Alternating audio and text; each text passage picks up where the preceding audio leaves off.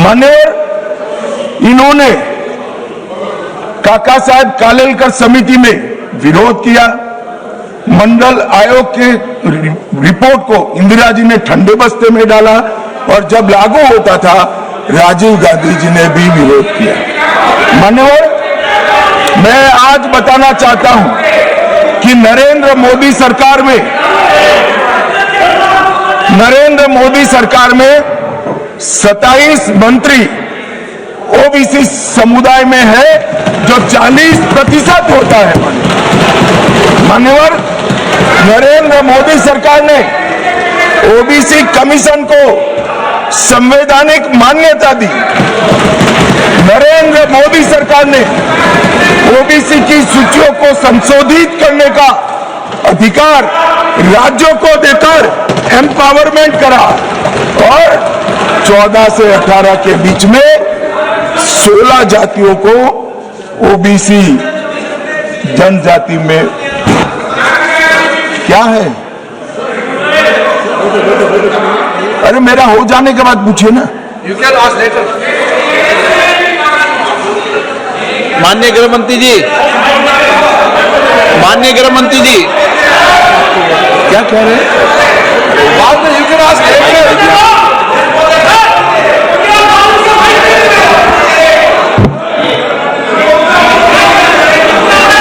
मान्यवर,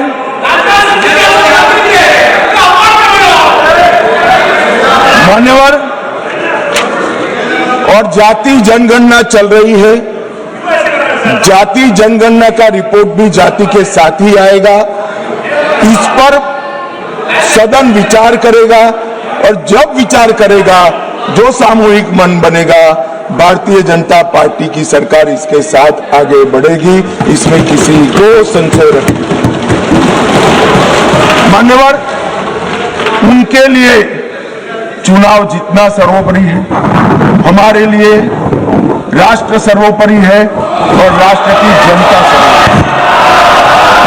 राष्ट्र की जनता का प्रतिनिधित्व और इसकी भागीदारी का हित सबसे जरूरी है और संविधान को लागू करने के लिए जवाबदेही, पारदर्शिता और समान अवसर और न्याय की रक्षा ये हमारे लिए बेहद जरूरी है। मान्यवर, इसलिए